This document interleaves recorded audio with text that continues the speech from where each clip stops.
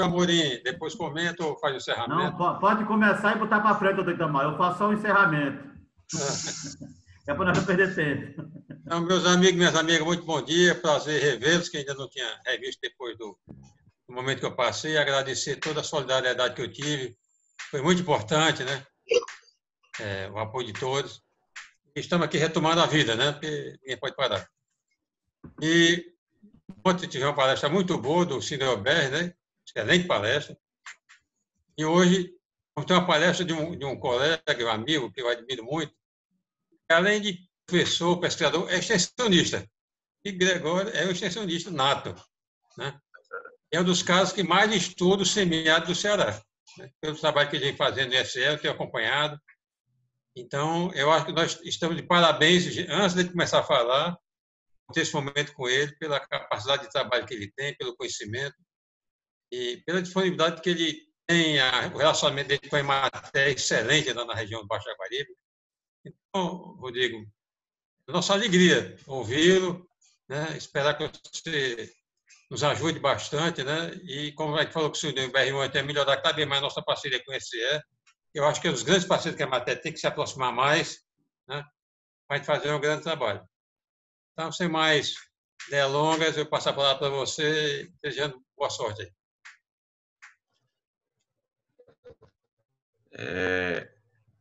Queria agradecer, então, aí pelas palavras e pela oportunidade da gente estar aqui conversando, né, com os colegas da extensão. A casa que eu passei, né, um período, eu diria que, sempre falando que, na realidade, boa parte da minha empolgação em fazer agronomia, ela se deveu aí à questão da Emater, né? A gente fala desde pequeno lá na nossa região, era uma coisa que a gente tinha como até plano, né? Acabou que não, a gente foi caminhou para outro lado, mas também nunca tiramos o pé, né? Aquela coisa assim, mesmo dentro da parte de ensino, pesquisa, a gente acabou meio que trabalhando em cima das demandas, né? Na verdade, assim, pesquisa em cima da demanda da extensão, né? E isso vem ajudando bastante a gente no sentido da precisão daquilo que a gente está procurando de informação, tendo em vista que, na realidade, são baseadas naquilo que, normalmente, quem está no campo está dizendo o que está precisando, né? Então, ele está, muitas vezes, atrás, né, pesquisando, procurando resposta para aquelas indagações que, muitas vezes, o campo está ali dizendo, né? É verdade que o papel, né, dentro da extensão, ela vai mais além do que somente isso que nós estamos falando. Muitas vezes é até de guia também, né? A gente, às vezes, faz aquela indução, no bom sentido, de levar a unidade de produção aquilo que se imagina como, por exemplo, uma tendência de futuro. E aí, automaticamente, a gente não só trabalha com a questão, né, do resolver o atual, mas caminhar para uma situação assim que se imagina, né, dentro daquilo que é apresentado como ideal. Aí, a conversa que a gente teve, né, e a gente foi acabar migrando, porque eu venho da área, né, da agronomia após em zootecnia na área de floricultura, né? Eu vim para cá, né, para trabalhar no tempo lá do Pasto Verde ainda, né, depois do Caminho de Israel, com o sistema de rotacionado irrigado. Então, minha área era a produção de volumoso. Porém, a gente sempre gostou, assim, de trabalhar com um pouco de análise. E, por coincidência, né, muitas vezes junta aqui alguns produtores que chegavam para a gente e perguntavam, além da técnica, né, perguntava, por exemplo, se aquilo ia dar lucro, né? Se aquele sistema que a gente estava propondo, e muitas vezes é aquela barreira, né, de a gente chegar na propriedade e sugerir uma coisa e o produtor até, que nem teve o caso aqui, de produtor dizer, não, eu lhe entrego a propriedade, você está ganhando desse tanto aqui, eu lhe entrego, você mais de conta e ganha. Mas eu não acredito, né? Então, assim, dadas essas situações, a gente muitas vezes teve que ir atrás dos números, né?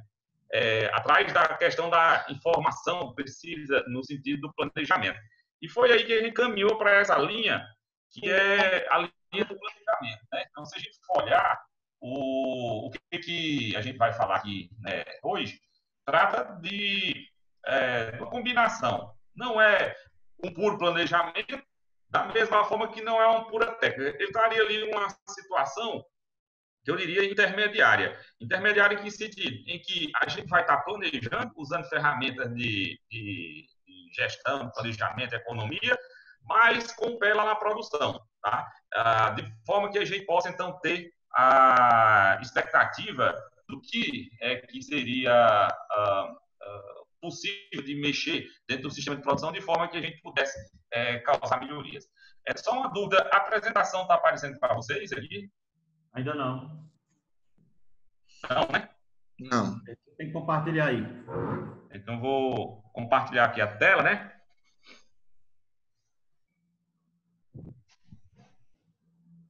Deixa eu ver. Aplicativo, planejamento. Ó, eu pensei que eu tinha aberta a tela. Apareceu a apresentação? Isso. Beleza. Tá aqui. Então, assim, eu vou usar aqui o exemplo de uma atividade, no caso do leite, que foi também aquela que mais a gente trabalhou, para poder mostrar nessa primeira parte aqui a questão mais geral. Então, primeiro, claro, a gente só pode planejar, a gente só pode elaborar, né, um plano de desenvolvimento sem conhecer do sistema. Independente da cultura, especialmente nos dias atuais, onde a gente vê, né, essa questão da necessidade do refinamento, do aumento da eficiência, de maneira que a gente possa, então, ter aqueles índices, né, e muito em função do que a gente tem visto, o estreitamento das margens, né, dos produtos agrícolas, ou seja, o preço dos produtos não tem acompanhado, né, o aumento dos custos, de forma que a margem por unidade tem cada vez mais ficado menor, a gente acaba sendo, de certa maneira, pressionado a trabalhar de maneira mais eficiente. E, nesse sentido, a gente tem que, pensando no planejamento, ter o conhecimento mais aprofundado daquele sistema, né? Ou seja, a gente tem, né, dentro da instituição, no caso, dentro da Emater, muitos colegas que, tá lá o colega que trabalha com mandioca, tá o colega que trabalha com caju, ou seja, existem aquelas pessoas que têm aquele conhecimento, né, mais aprofundado, para que também dê suporte nesse aspecto de planejar, de pensar um sistema de maneira mais consolidada, mais consistente. Então, a primeira coisa que a gente levanta é essa questão de que nós estamos saindo daquela possibilidade de um conhecimento mais generalista, que seria capaz de trazer um resultado mais eficiente, e passando para um modelo em que nós precisamos, claro, não é especializar a fazenda para um só tipo de produção, mas cada produto daquele nós precisamos ter um conhecimento aprofundado de cada um para que se imagine, se planeje, se monte aquele sistema de maneira mais eficiente, tá? Partindo, então, do ponto 2, a gente tem a característica da propriedade. Ou seja, muitas vezes, o que a gente tem visto, e eu posso relatar pela parte do capim, é que a gente chega na propriedade e o produtor, muitas vezes, ou até o colega, ele queria ou pensou em pôr lá uma determinada espécie dentro lá daquela situação em que aquela espécie, aquele capim, aquela variedade não era apropriado para aquele tipo de situação. Então, o passo seguinte, né, ou seja, depois de eu conhecer, de eu ter o conhecimento do sistema, eu entender como é a minha propriedade, né? Quem é que mais conhece a propriedade? É o produtor, né? E junto com aquela pessoa que está lá dando apoio a ele por mais tempo. Então, a primeira coisa que a gente sempre gostou de fazer foi de conversar com o produtor para poder tentar entender como é a propriedade. É claro que a gente poderia, através de técnicas, né, eu dar um exemplo, área sujeita a encharcamento. Existem técnicas, né, de geoprocessamento, de levantamento topográfico, em que você pode simular possíveis áreas que encharquem, mas, de maneira geral, esse tipo de análise ainda está um pouco distante por falta de equipamento, muitas vezes de pessoas capacitadas para isso, e você pode resolver isso muito bem conversando com o técnico e o produtor, e lá estão que já conhece aquela propriedade, que sabe, aqui pode encharcar, ali pode não, ali é uma área que não tem o salão. Ou seja, você precisa mapear a sua propriedade de forma que você tenha a definição das características, né? E eu estou usando o exemplo no caso do pasto, dá um exemplo, onde eu possa ter, depois de feito esse trabalho, eu tenho um mapa da propriedade, onde dentro do mapa da propriedade a gente tem as zonas. Essa área aqui, ela tem essa característica, tal, e para cá a recomendação é tal cultura. Essa outra área, a característica é essa outra. São coisas que muitas vezes podem até dizer, mas isso assim, é óbvio, tem que ser feito isso. Eu penso que muitas vezes o que tem faltado é a gente fazer aquilo que é o óbvio, aquilo que já foi anteriormente, né, nos projetos, aquilo que foi ensinado. Precisamos, talvez, por ter caído no cotidiano, ter perdido um pouco esse passo a passo. Então, a gente precisa fazer isso.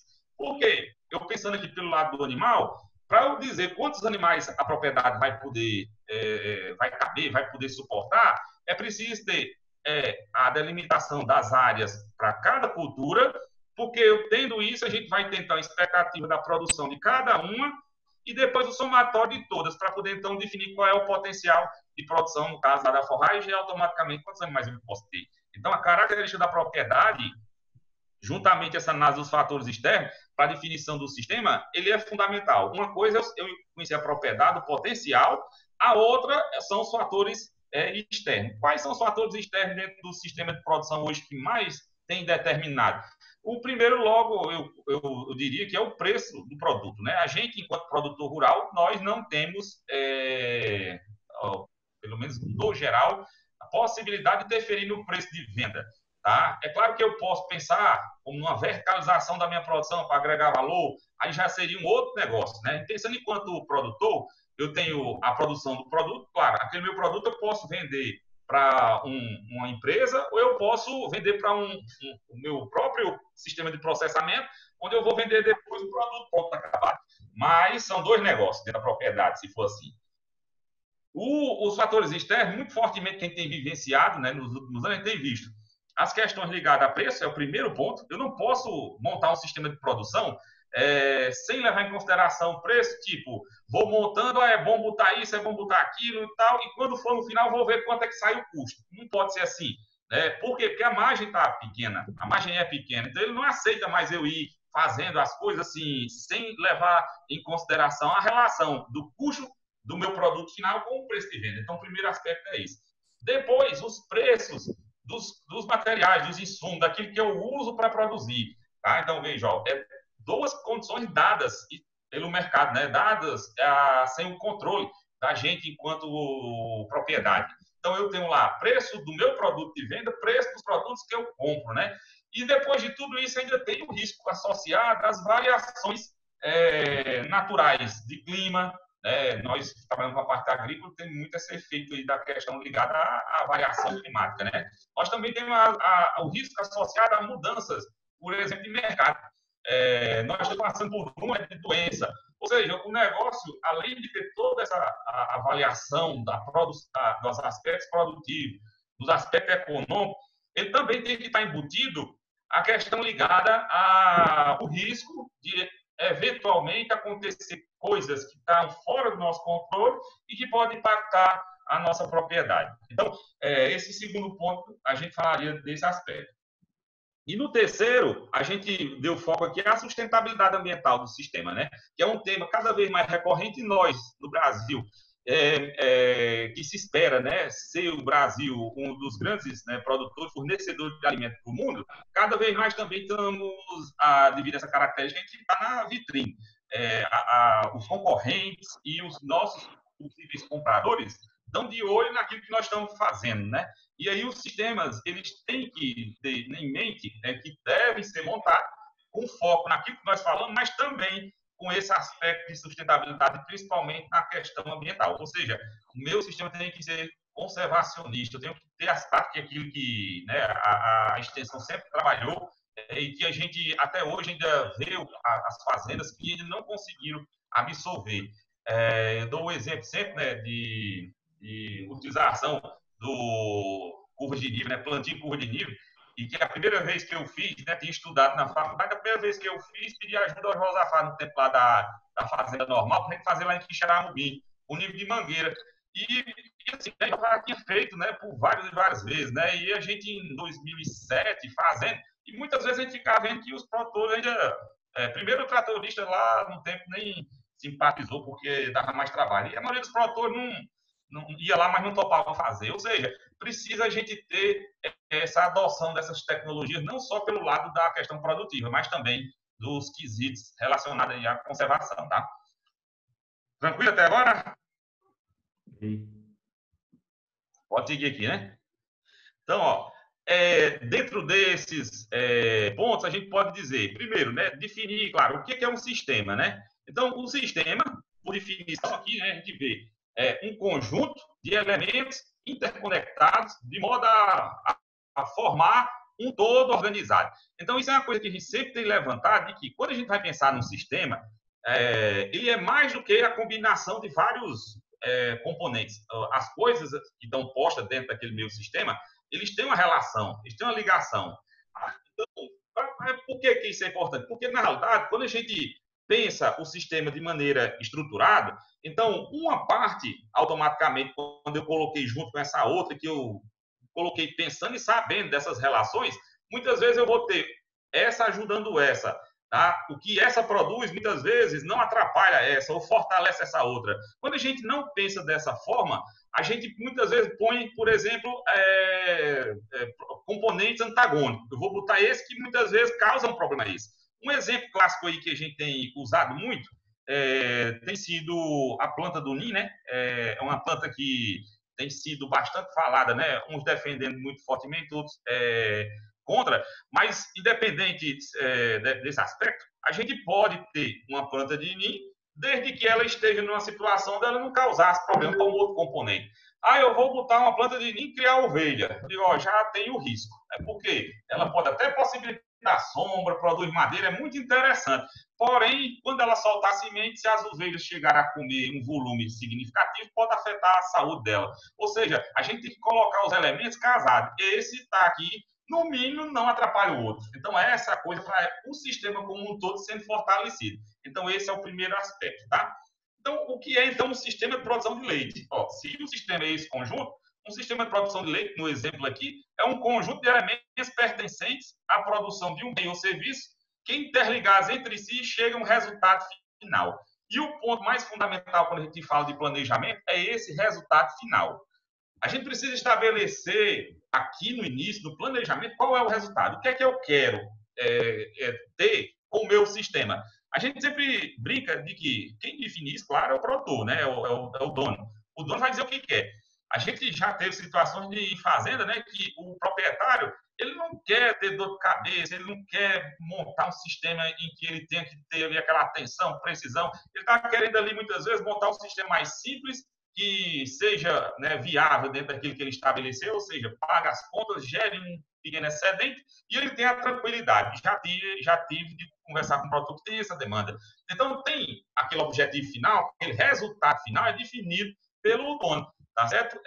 Se o dono quiser dizer, não, eu quero, né, que minha propriedade seja bonita, meus animais estejam bonitos, ele não ganha nada, porque eu só quero ter aqui meu local de diversão. Então, é esse o objetivo final. Eu não vou preocupar, por exemplo, com o custo. Aí são outros 500. Então, assim, cada produtor, cada situação vai ter, então, o estabelecimento desse resultado final. E aí o caminho é como se fosse voltando. Se o resultado final que se deseja é esse, o que eu preciso fazer para ter esse resultado? Muitas vezes não é a gente chegar com o técnico, por exemplo, aumentar a produção. Não, se eu estou querendo tranquilidade, muitas vezes é diminuir a produção. Não, eu quero ter mais lucro. Ou seja, eu vou fazendo o caminho voltando. É como se fosse uma árvore, né, de relação voltando. Eu quero isso para ter isso, precisa disso, precisa disso. Esse outro precisa disso, precisa disso. Ou seja, a gente sai fazendo aquela organização do sistema de maneira a que tudo que eu vou fazer tenha relação com o objetivo final, para que também a gente não tenha perda de tempo com, muitas vezes, realizando atividade que não tem relação com o resultado, realizando atividades que não contribuem com o resultado de maneira efetiva, de perdendo tempo com atividades, com partes do sistema que o peso dele no resultado final é muito pequeno, ou seja, ganhar foco. A gente tem que ter foco naquele resultado final, tá? Então, pensando já na questão da produção vegetal, o potencial, né, regional para a produção de alimento volumoso, pensando principalmente aqui na área de animais, né, é verdade, se pode dizer, mas e a área de fruteira? Olha, a fruta, normalmente, né, a gente, não é minha área, mas o que eu vejo, a fruta ela vai estar alocada naqueles locais, dentro da propriedade ou em regiões que têm a disponibilidade de água, né, para irrigar, e aí a gente não teria muito o que falar do ponto de vista geral desse sistema, porque como esse sistema ele é, primeiro, um pequeno volume de área dentro do nosso estado, né? Pensando na área irrigada, né? A gente tem, primeiro, também a possibilidade da escolha da área para implementar isso. Então, automaticamente, ó, se eu tenho água, se eu estou escolhendo um solo que é apropriado, e se eu estou olhando para o mercado, então é um modelo de sistema que ele não teria, talvez, assim, uma relação tão grande com esses outros aspectos. É claro que tem dentro do planejamento tudo que a gente está falando aplicado a ele, só que é de uma maneira mais simples, porque já é um pacote, já tem ali meio que o passo a passo. Então, isso facilita. A dificuldade maior é quando a gente se depara com uma propriedade em que a gente vai ter que pensar um sistema de produção que se adequa àquela condição da propriedade. Então, talvez seja o maior desafio nesse aspecto. Aqueles que vêm dentro de um pacotão, ele não é tão complicado quanto esse outro, que seria ainda customizado, tá? Então, nesse aspecto, o potencial regional para a produção de alimento volumoso, a gente pode ter sequeiro ou irrigado. Irrigado, eu só separaria em duas condições. Irrigado em áreas que têm solo pesado, que são sujeitas a encharcamento, pelo menos eventual, durante a chuva, e o que não tem problema de encharcamento. Por quê?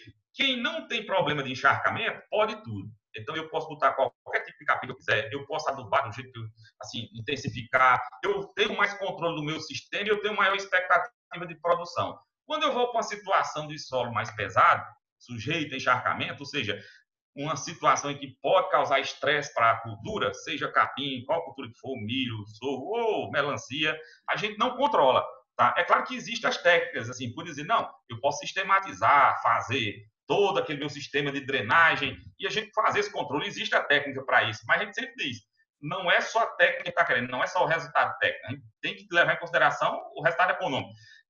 Eu posso até resolver o problema do ponto de vista técnico, mas aquilo pode ser, vamos dizer assim, demandador, né, de uma intervenção tão alta do ponto de vista de investimento que inviabiliza o sistema. Então, a gente não considera esse tipo de modificação como uma técnica que seja viável. Então, pensando nisso, as áreas que são sujeitas a encharcamento são aquelas mais limitantes. Para os sistemas intensivos, né, o produtor, normalmente, ele associa aquela área de mais argila, com mais nutrientes, como as melhores. Né, dentro da classificação que a gente faz, né, daquele mapa de aptidão agrícola das terras, né, a gente tem lá, as melhores terras são essas, pela classificação. Porém, quando você vai pensar numa intensificação, são elas aquelas que menos ajudam. Por quê? Se ela é argilosa, eu não tenho comando, eu pensei em intensificar, vou plantar lá, por exemplo, minha melancia, aí vem uma chuva mais forte, brejou, não entra máquina, fica empoçado e eu perdi aquele meu controle do sistema. Então, essas áreas têm essa limitação. Tá? Tem suas vantagens no de sequeiro, né, um sistema menos intensivo, mas no sistema mais intensivo ele já tem uma limitação. Então, o primeiro aspecto seria esse aí do vegetal. E o sistema tem que estar casado. Eu tenho que ter a questão de como é aquele mapinha, como é meu solo, qual é a cultura e o que eu posso esperar, para poder eu ter, então, uma expectativa ali de produção e planejar o meu sistema. Tá? Depois a gente vem a questão da produção animal.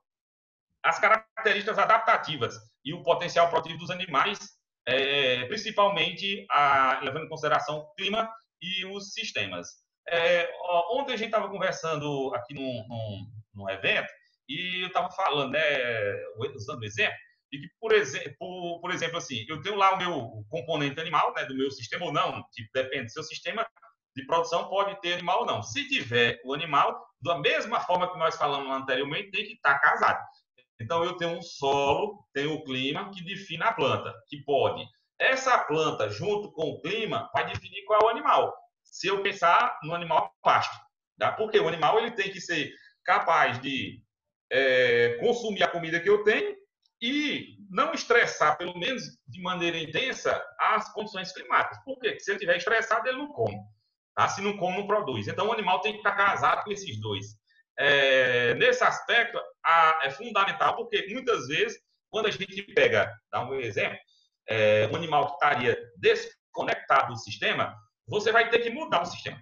Tá? E mudar o sistema, ele é investimento. É mais capital empatado, é mais dinheiro que eu tenho que colocar e automaticamente mais obrigação de receita que tem que ser gerada, porque agora tem um custo mais alto. Então, a gente tem que tomar cuidado sempre com as técnicas que demandam mais investimento e que obrigam a ter maiores produções, porque muitas vezes a relação econômica não é favorável. Então, muitas vezes é melhor eu ter um animal mais ajustado ao sistema, de maneira a eu ter menos necessidade de intervenção, logo menos custo.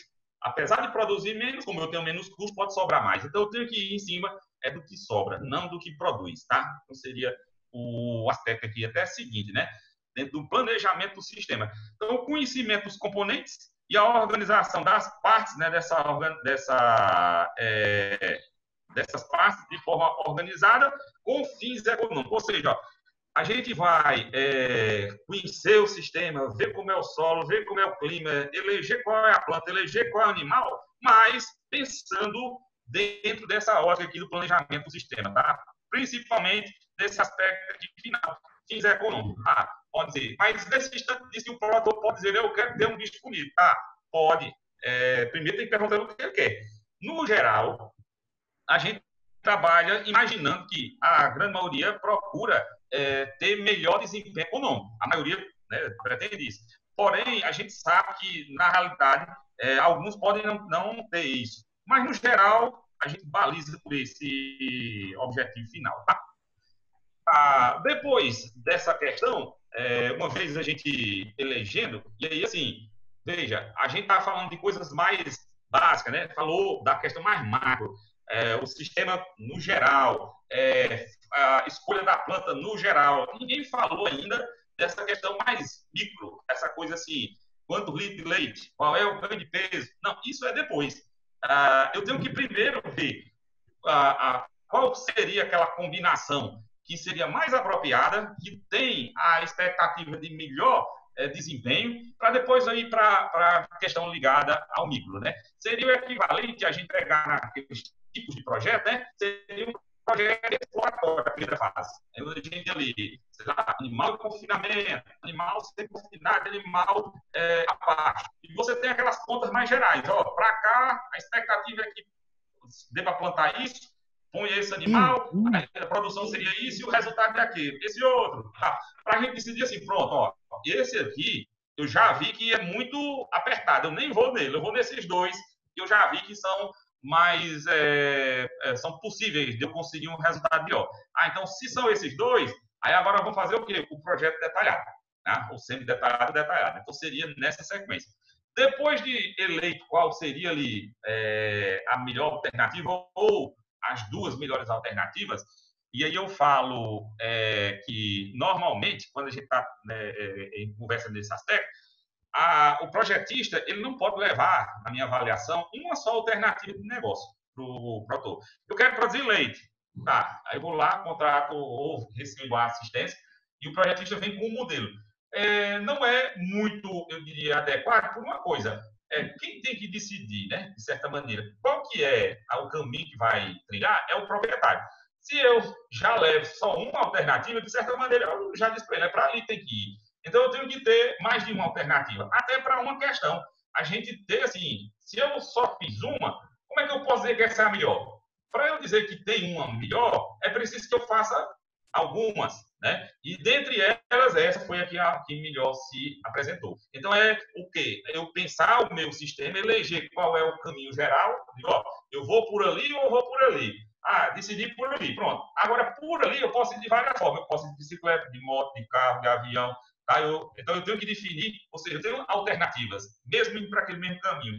E aí eu vou avaliar qual é o jeito que eu quero ir. Tá? Até o Google, né, quando a gente bota lá o trajeto de ir para tal canto, ele já põe lá, né, a distância ou o tempo de você ir a pé, de você ir de bicicleta, de moto, de carro, né, de avião. Né? Então, você tem as possibilidades. Então, é isso que tem que ser feito.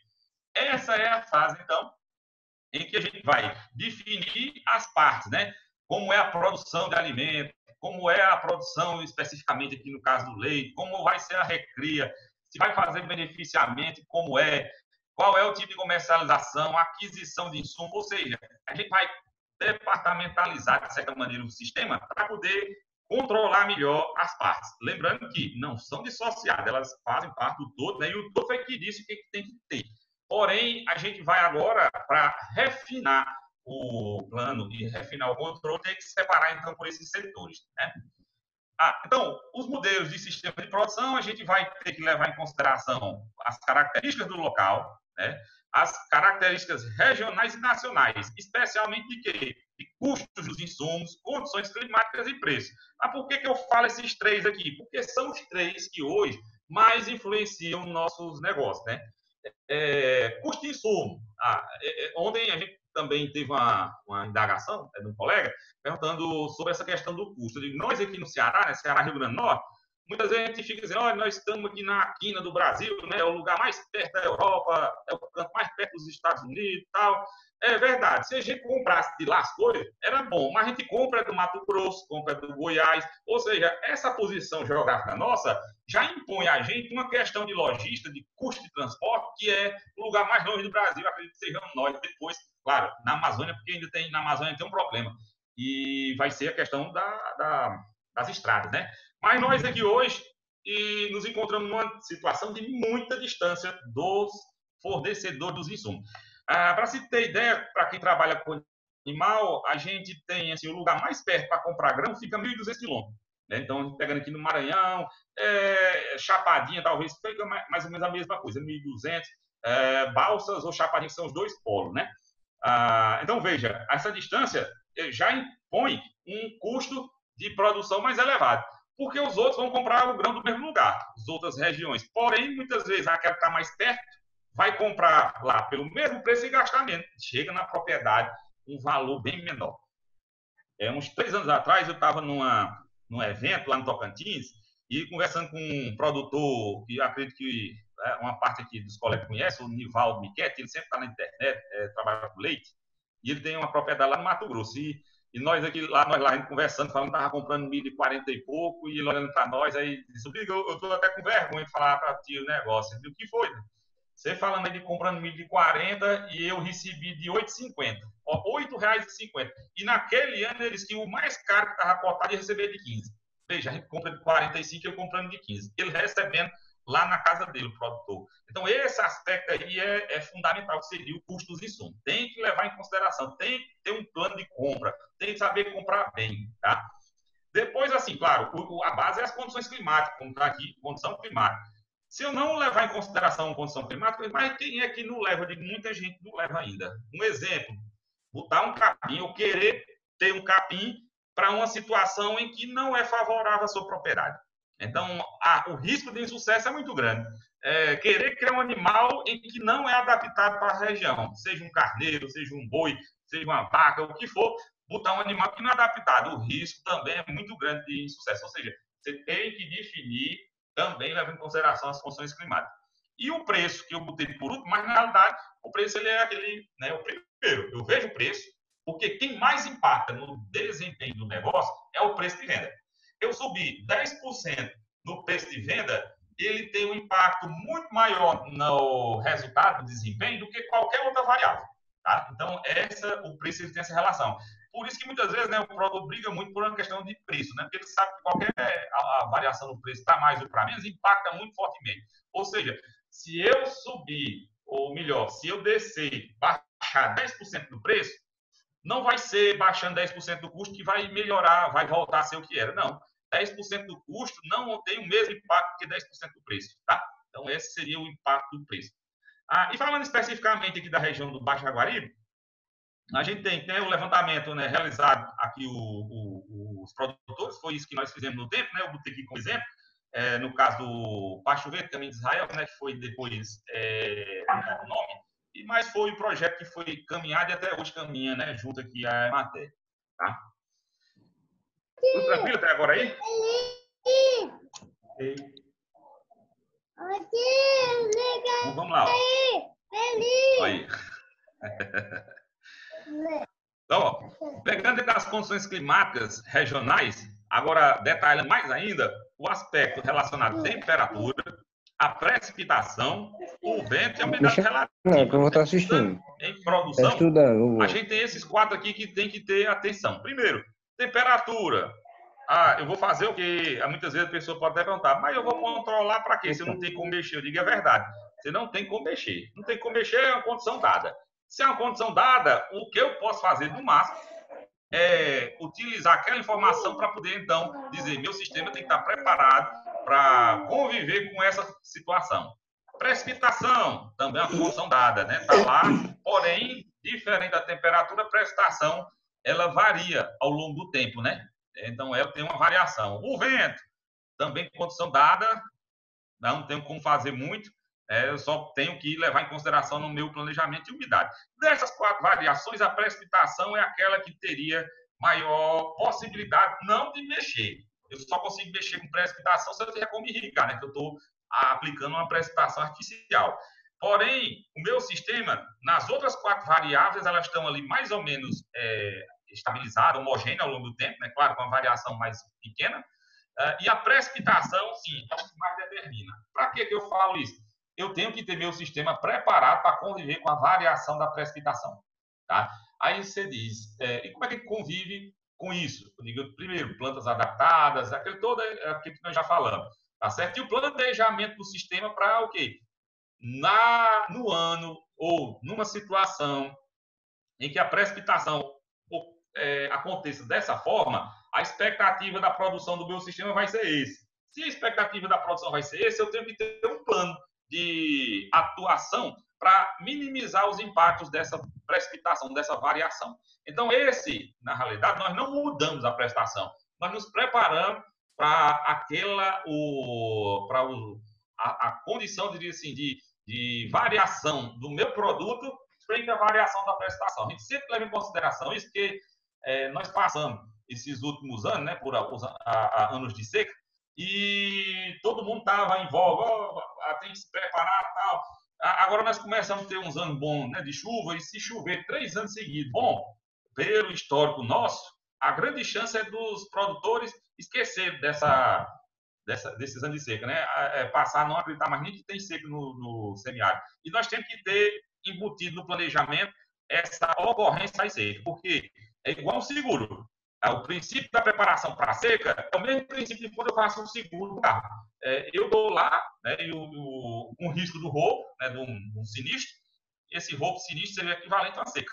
Aí como é que eu faço para me prevenir? Eu não vou andar com revólver, dizer que vou agora, se alguém roubar, eu vou trocar tiro. Aí eu faço um seguro. Por quê? Porque se acontecer de ter um roubo, ter alguma coisa, eu me preparei. É um custo do sistema, porém, esse custo, no tempo, ele é menor do que você arriscar vir com o seu carrinho e um belo dia ficar sem nada. Tá? Então, essa seria a ideia. Então, na sequência, as condições edáficas da propriedade, ou seja, eu tenho que levar em consideração aqui, primeiro, relevo, né, a disponibilidade, né, ou melhor, a presença de pedra, profundidade do solo, a fertilidade, a textura, a capacidade de armazenamento de água pelo solo. Isso aqui é uma coisa mais específica, por quê? Porque esse aspecto está casado diretamente com esse outro, que é a precipitação. Em que sentido, eu digo? Se meu solo tem um relevo ondulado, dependendo do tipo de pedra, né, se for tipo afloramento, ou seja, solo mais raso, essa condição ela determina a capacidade de armazenamento de água menor, né? Vai escoar mais e armazena menos. Se for uma situação dessa, o que vai acontecer? Eu sei que eu vou ter uma expectativa de produção menor. Então, assim, na realidade, o mapa de solo ou a condição edáfica eu preciso saber, porque eu vou casar a planta com aquela situação e, dada essa característica dele, eu vou poder ter uma expectativa de produção. Tá? Então, o que a gente tem visto? Normalmente, dentro do planejamento, a coisa que a gente deve levar em consideração, primeiro, lá nós falamos, foi preço de produto, preço dos insumos, depois as características relacionadas foi preço dos insumos, sim, as condições climáticas que a gente cita aqui, e casar com a condição climática as condições de solo, tá? Que vai determinar o potencial de produção. Determinar o potencial de produção, como assim? Essa combinação de quanto que chove com o tipo do meu solo vai dizer qual é o tipo de planta e muitas vezes até o nível de intensificação que eu posso pensar.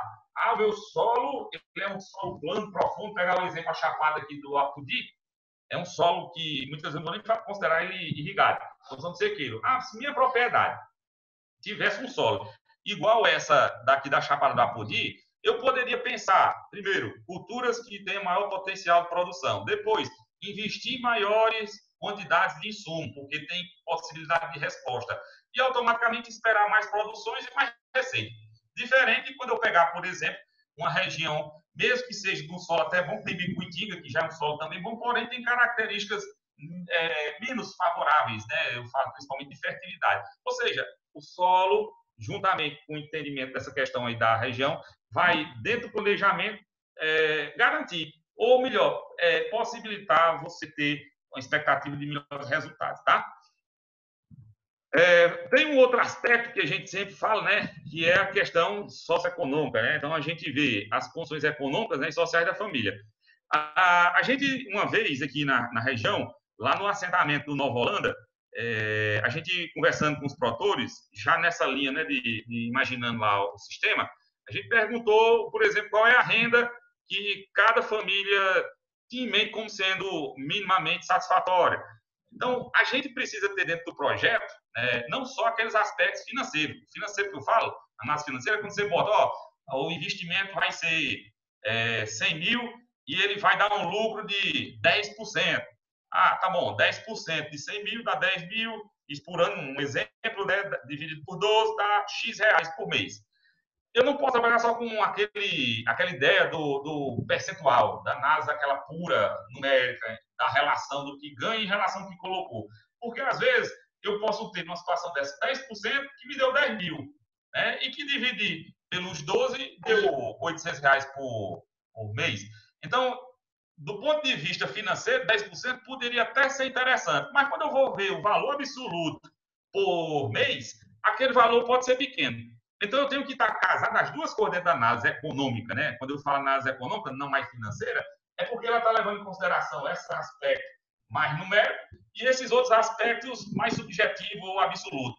Então, eu tenho que ter um negócio em que ele tenha aquela rentabilidade, né, dentro daqueles índices que for preconizar, mas que também respeite essas outras questões que são relacionadas a valor absoluto, principalmente essa característica, né? Tudo bem, é 10%, mas esse 10% é quanto? Se for 10% de 1.000, eu só estou ganhando 100, não resolvi o problema. Então, é preferível eu ter primeiro atenção para esse valor absoluto, que é quem garante, né, suprir essa necessidade da família, e depois ver quanto seria esse financeiro, do que o contrário, começar pelo financeiro e depois ver o que, que dá para a família, tá? Então, seria basicamente essa questão aqui.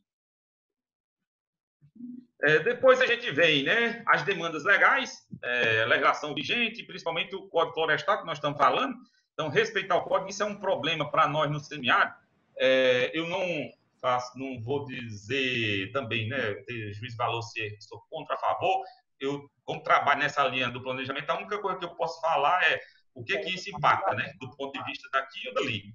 O Código Florestal, da maneira como foi aprovado, para as propriedades de sequeiro, no semiárido, eu digo para você assim, que causou um impacto muito grande. Se for seguir o código, a gente tem uma redução naquelas áreas de potencial de produção dentro daquela condição de semiárido. Um exemplo, eu manter as áreas de APP, eu não sou contra. Agora, dependendo do que está no código da largura, às vezes toda a área de vazante é APP.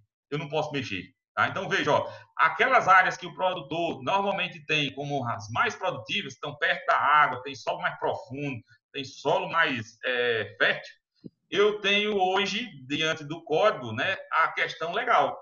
Normalmente são áreas de APP. Tá? Outra coisa, dentro do código também, mesmo sendo barramentos, né, artificiais, eu tenho que deixar uma mata ao redor, protegida, né? E o ideal, né, se é APP, é que fosse cercado, que não entra animal, tá? Então, vem um outro aspecto também de investimento. Eu tenho que, muitas vezes, recompor, se não tiver, e ao recompor, eu deixei de ter, por exemplo, aquela área que eu produzia a reserva do rebanho, eu deixo de tê-la, tá? Eu vou ter que cercar e vou gastar também para recompor. Mas isso é obrigado, eu não estou questionando se é ou não. Ele causa um impacto extremamente significativo dentro de uma propriedade de sequeiro. Por esse impacto de seu que dele está ali justamente, estou falando das APPs, estou falando da reserva legal, não, porque a reserva legal não seria tão impactante, apesar de ser 20% da nossa área, eu tenho que deixar, mas eu posso pelo menos escolher, né? E normalmente a reserva legal, ela vai, claro, é menos 20% de área para produção, porém, eu posso alocar num lugar menos produtivo, uma coisa desse tipo, não impacta tão fortemente o meu negócio. Já as APPs, a gente tem essa característica, tá? E aí, dentro do planejamento, tem que ser colocado isso, porque um dia vai chegar, então, a cobrança para se ter, né? E hoje, muitas vezes, esses riachos de capim, essas áreas de baixada, se a gente for ver a lagoa, são tudo APPs, então tem que tomar cuidado com isso. As demandas sociais, né, então, que leva nesse quesito, a visão das questões ambientais pela sociedade moderna, né? Então, a própria sociedade vai vir pressionando. E, de certa maneira, essa pressão, eu não sou, né, contra, não vou dizer nem a favor, estou longe de levantar esse quesito. O que eu estou levantando é que, tudo bem, essa é uma exigência que o agricultor tem que cumprir. E cumprir com essa exigência vai causar ao sistema aumento de custo, tá? Aí vem a questão da sustentabilidade, a gente ter as necessidades técnicas, né? A demanda de produção crescente, levando em consideração, principalmente, a não mais poder desmatar, e levando a gente para intensificação. Veja, se eu não posso mais desmatar, aumentar horizontalmente, né, diante das exigências, e a pressão pelo aumento de produção, se fala, né, a FAO fala que até 2050 nós vamos ter que praticamente aumentar em 50% aí a oferta de comida, ou seja, tem que aumentar a produção. Não pode mais aumentar a área na horizontal. Automaticamente temos que verticalizar. Verticalizar é intensificar é a base de insumo. Insumo tem custo, né? Então, essa é uma expectativa de que, muitas vezes, dependendo da propriedade, ela vá se tornando inviável ou que seja cada vez mais pressionada pelo lado ambiental, né, de conservação, de preservação, que é uma condição, né, dada, porém isso incorre em que você também agora vai ter que ser mais eficiente, tem que trabalhar de maneira mais eficiente. O outro ponto, as necessidades financeiras e econômicas, né? Os reflexos da implantação da legislação ambiental sobre o desempenho financeiro e econômico, ele tem que levar em consideração esses aspectos, as questões relativas e absolutas. Questão relativa foi aquilo que eu falei. Se eu estou tirando um percentual de área de produção e continuo com minha área total, ou seja, meu investimento foi X, e eu vou ter menos área, ou seja, eu vou ter um impacto financeiro. Aquilo que está produzindo, ele vai ter que produzir mais para poder remunerar o que eu coloquei. Tá? E em valor absoluto também, se eu retirei parte da área, eu vou ter que ter, para aquela mesma demanda que eu tenho de dinheiro por mês, vou ter que ter mais produção naquela área que ficou, tá? E aí, automaticamente, aquela tal da intensificação que eu falei antes, né? E, no geral, era isso que a gente tinha, assim, para falar, e a gente fica aqui agora aberto para conversar, né?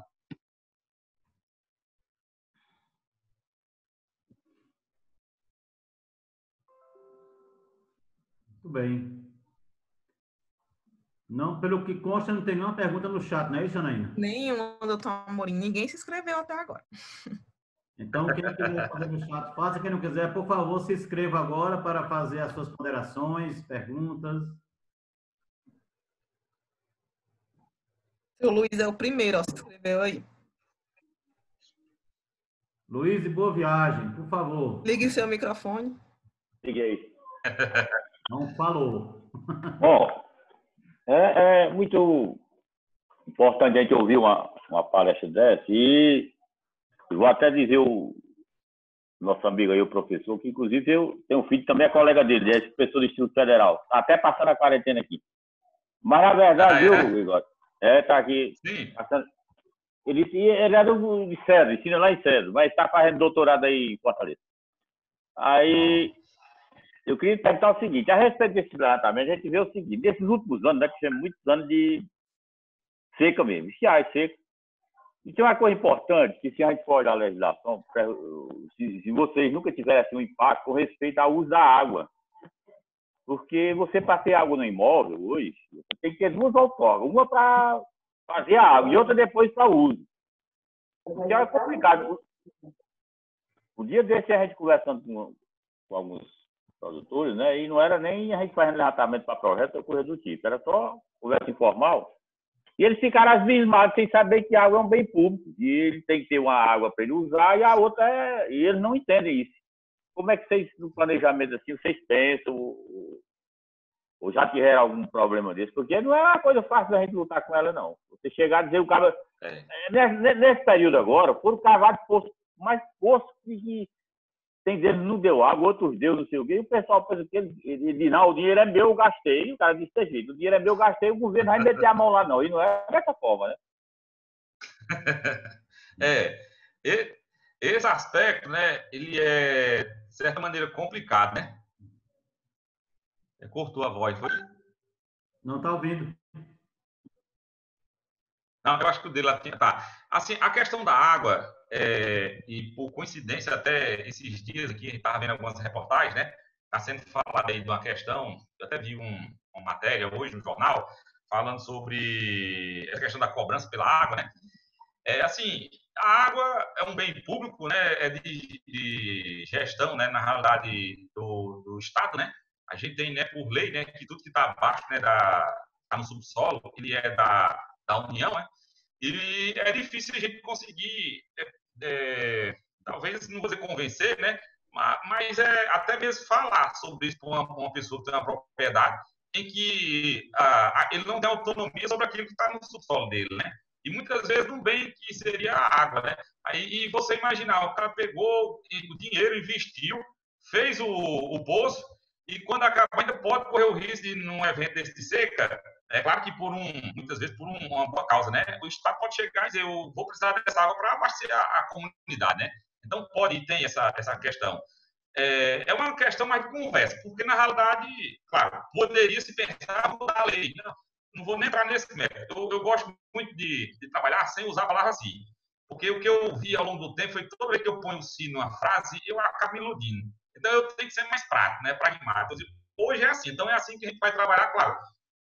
É complicado. Aí vem, se fosse desse jeito era melhor. Então, tudo bem, esse daí a gente pode batalhar. Mas hoje é dessa forma.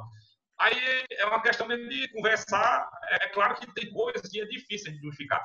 Tipo, eu vou fazer um barramento, né? Vou fazer uma barragem, um açude dentro da minha propriedade, eu primeiro tenho que pedir autorização. Né? Eu tenho que ter, legalmente, se for o caso, eu tenho que pedir autorização. Depois, se eu fiz o barramento, tem agora um corpo hídrico, lá, de água, aí cai dentro da legislação também. Eu tenho que ter as áreas, né, de APPs.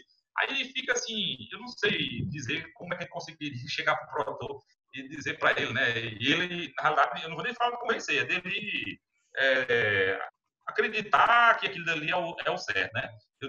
A gente ainda aqui no Brasil não estamos ainda nesse nível de briga. Agora, no tempo que eu fui lá fazer o doutorado, a gente fez uma disciplina, onde uma parte da disciplina lá, o professor mostrou para nós esses conflitos de água no mundo. Né? É cheio de conflitos, essas brigas. Nós agora, muito provavelmente, vamos começar a ter que vai ser quando essa água de São Francisco cai dentro do Castanhão, aqui na região, e ninguém sabe como é que vai ser essa questão de gestão, se vai ter qual é o custo, como é que vai ser o controle. Vai ser o primeiro nosso agora, né? Mais alguém? Tem uma pergunta escrita do Ademir.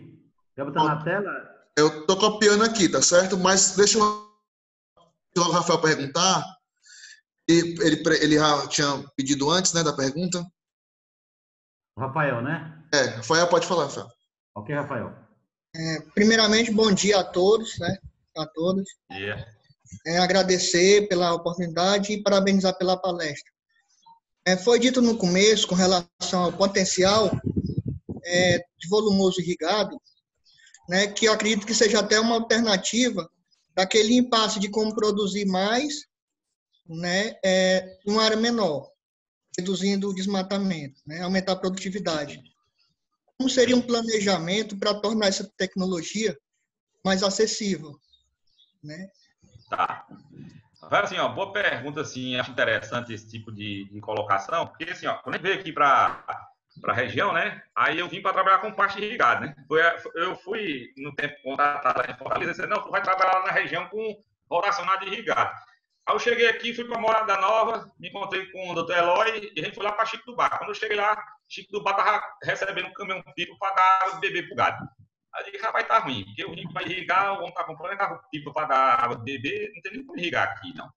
Aí a gente começou a pensar, assim, coisas, é claro que quando a gente fala da irrigação, da intensificação, veja, ó, se eu peguei e tirei uma área de vazante, se eu não posso mais pôr lá o animal, aquele tipo de área de vazante, a gente fez um trabalho com uma propriedade no Quixaramim, qual seria o impacto? É claro que pode variar, porque uma propriedade que tem mais beira de riacho, tem mais riacho, ela é mais impactada do que uma que não tem riacho nenhum, pelas APPs, né? Então, tem essa questão da variação. Mas, assim, essa propriedade lá, ela deu um impacto de, tipo, se eu cumprisse a legislação, diminuiria em torno de 20% nas receitas da propriedade. Havia o quê? Intensificar. Intensificar podia ser essa questão da irrigação.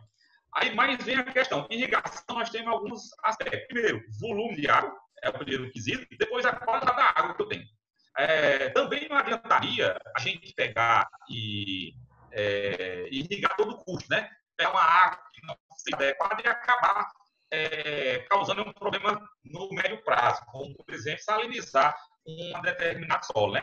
A gente já teve até uma vez que foi aqui no colega da Emater com uma propriedade que a pessoa tinha feito a irrigação, aí depois veio, né? Aquela coisa, a pessoa fez, aí depois veio atrás de ver o que é que podia fazer para resolver. Nós chegamos lá, não tinha muito o que fazer, porque ele jogou tanto sal, a água tinha tanto sal, que o solo dele, de um ano, chegou no nível assim, de salinidade que não tem cultura, pelo menos que eu conheço assim, da minha área, que resolve isso. Então, o primeiro aspecto, a gente tem que ver se tem água, se em volume, se essa retirada da água para irrigação não vai comprometer a sustentação da propriedade do tempo, ou seja, a obrigação da água logo é ter água para consumo humano e animal.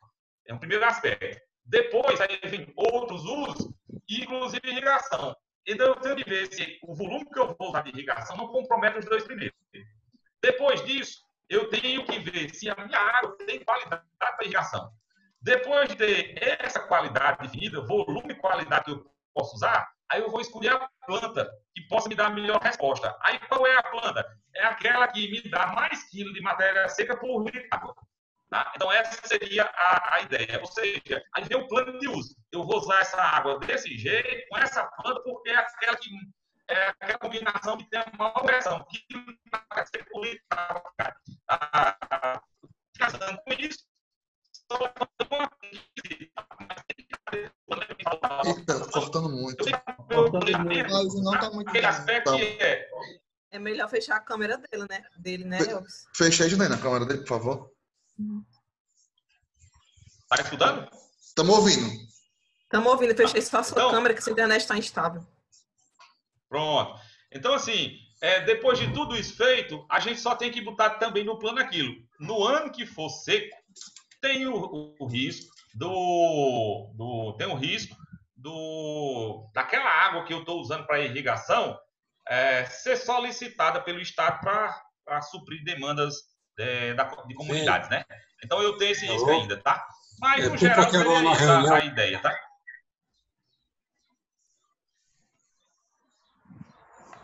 Ok, professor? Tem essa pergunta que eu estou exibindo aí, se você já tiver terminado, Gregório. Ah, tá. Estou vendo. Diante das exigências, né, pela adequação ao uso da terra, qual a sua opinião para melhorar as condições dos produtores semiáridos perante o Código Florestal e outras exigências ambientais? Assim, a gente tem, né, numa situação dessa, não é muito fácil da gente imaginar, porque, primeiro, como a gente falou, se eu for seguir o Código Florestal, e não estou aqui querendo dizer que sou contra, né? Na realidade não é isso, estou falando do impacto da gente seguir o código no sistema. A gente tem, né, eu não sou especialista na área, a gente escuta o básico, fala do básico. Um exemplo, eu tenho que definir as minhas APPs. Depois de definir as APPs, que eu estou falando mais impactante, as APPs, essas áreas eu tenho que cercar, não pode ter animal. Tá? Então, eu já tenho dois impactos, que foi o que nós falamos. Primeiro, eu tenho menos área, vou ter, né, menos área para usar do que o que eu uso hoje, porque hoje se usa praticamente 100% da propriedade. Numa situação dessa, nós não usaríamos 100% da propriedade mais, então tenho menos área. Eu vou precisar de ter investimento, tá? Ou seja, dinheiro, recursos para poder fazer essa intervenção, se for uma seca, se for uma recomposição, porque muitas vezes a gente pode ter a obrigatoriedade de fazer uma recomposição, você tem que ter investimento. Ou seja, nós deparamos com duas situações. Pode diminuir a área para a produção e posso ter que fazer investimentos para cumprir com esse código, sendo que esses investimentos não geram receita de imediato. Tá? Então, é essa a grande luta em que o Brasil, né, encabeçou lá desde dos protocolos que foram assinados lá na França, ainda no tempo do governo Lula, a gente teve o Brasil, né, se comprometendo com essas questões ligadas a mudanças climáticas, tá certo? Mas falando da compensação ambiental. Ou seja, o produtor que cumprisse com esse tipo de solicitação, ele deveria receber uma compensação. Ele deveria receber, por exemplo, aquele crédito de carbono, ele deveria receber lá um bônus por ser classificado como um produtor de água, como no estado de Minas tem. Então, é uma briga nesse sentido, porque há impacto na propriedade. Eu tenho diminuição de área para produção e eu tenho investimento. Automaticamente, como é que eu posso ser compensado nisso? Porque eu vou pegar aquelas outras áreas e vou intensificar. Se a gente pegar uma propriedade dessas de sequeiro, quando eu tiro essas áreas de APP e reserva, eu vou ficar mais com os altos. Então, eu diminuo as áreas de baixada, né, de aluvião, e vou ficar com aquelas áreas de mais alto relevo, que são menos produtivas. Aí eu vou ter que pensar na intensificação desse modelo, através de quê? De aumento de produtividade. Só que aumentar a produtividade numa situação desses tipos de solo, né, de áreas mais altas, tá? Eu tenho um risco climático de insucesso também maior, né? Ou seja, se vier uma seca, eu tenho um maior impacto. O sistema ele fica mais vulnerável. É uma coisa que eu digo para vocês, eu não sei ainda dizer assim, como é que a gente poderia fazer 100%, porque é uma coisa que a gente tem que trabalhar, não, em ideias, né? Trabalhar em ideias de como conseguir fazer isso, né? Ok, vamos para as outras. Temos 3 pessoas inscritas aí, Janaína. Wanda. O Vando, seu Itamar e seu Sérgio Romero. Depois o doutor Itamar, depois o professor Sérgio Romero. Me chame de professor, não, pelo amor de Deus. Deixa o voto se fazer primeiro, que aí depois eu sei se você é professor ou não. Professor é você, meu querido presidente, que deu aquela aula. Vando? Bom dia. Bom dia, meu querido. Seja bem-vindo. Quero parabenizar o professor Rodrigo. E quando o doutor Itamar, na abertura, disse que o professor Rodrigo é um extensionista, eu quero pedir permissão a ele para acrescentar mais alguns adjetivos. O professor Rodrigo, além de extensionista, é um pesquisador, é um profundo estudioso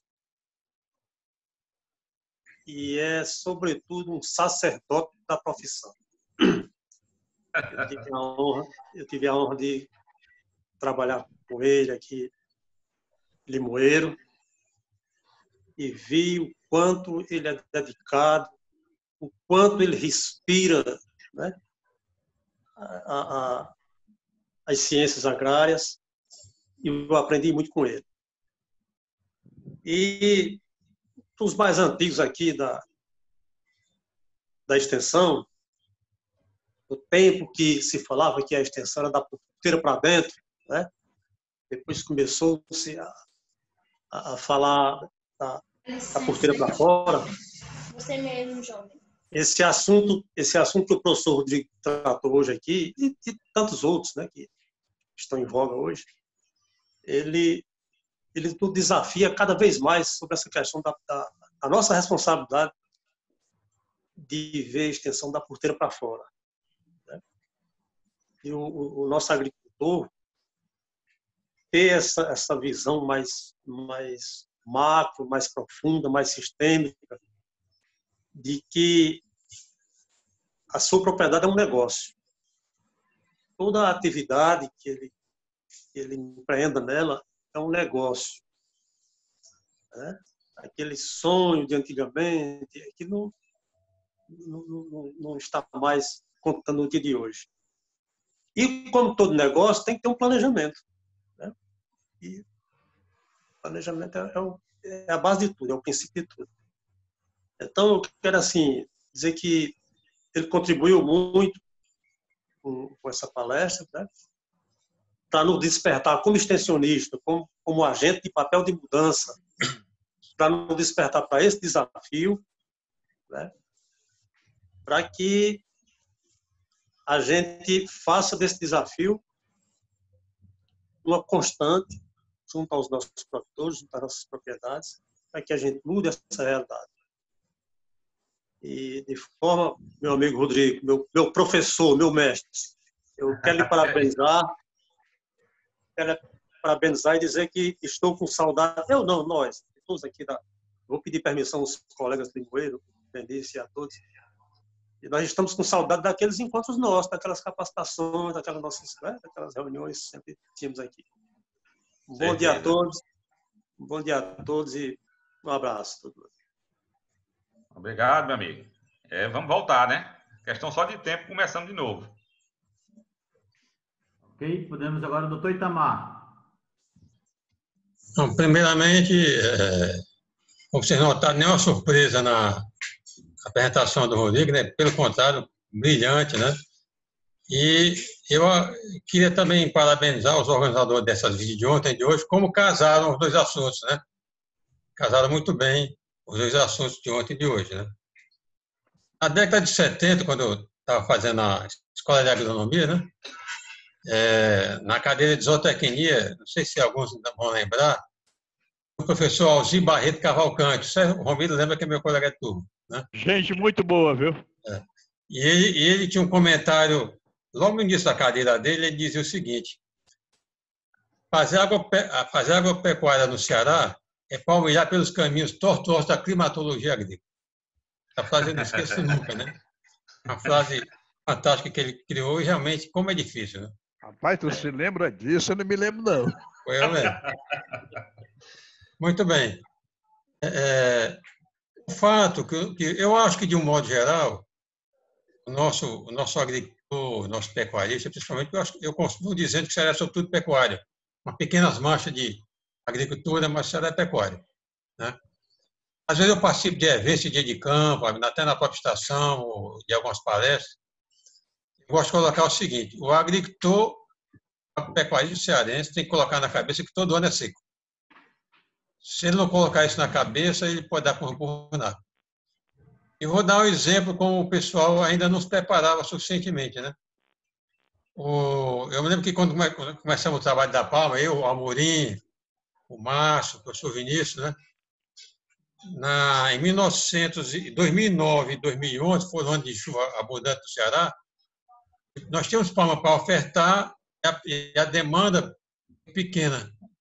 Sobrou palma, os contratos com os fornecedores, ninguém pode nem comprar tudo porque não houve demanda. Por quê? Porque o agricultor, como o Rodrigo falou há pouco tempo, né? Se tiver 2, 3 anos normais, ele vai esquecer que tem seca pela frente, né?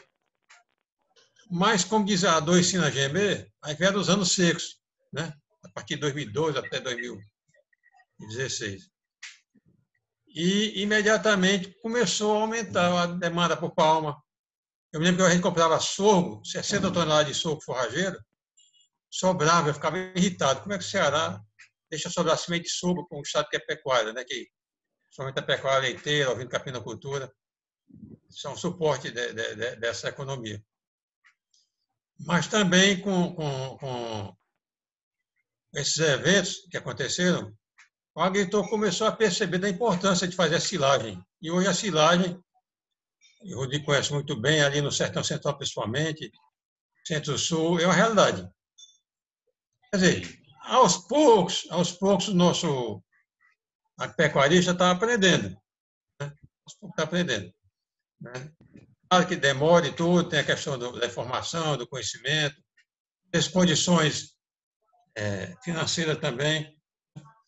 Mas o que eu gostei muito dessas duas palestras de ontem e de hoje, que elas servirão, com certeza, para abrir nossas cabeças, sair do cotidiano. Não entrar como, não estou querendo aqui ofender ninguém, não entrar na propriedade com olhar bovino, enxergar nada. Nós temos que enxergar a propriedade. Todo o seu potencial, todos os seus problemas, né? Toda a dificuldade que ela pode encontrar, mas nós temos que ter uma nova visão da propriedade. Não pode ser chegar lá visitar só uma cultura, só uma criação e esquecer a propriedade. Somente a propriedade familiar, que ela tem uma exploração bastante diversificada. Então, acho que esses momentos que a gente tem passado nessas videoconferências tem dado essa contribuição muito boa, né?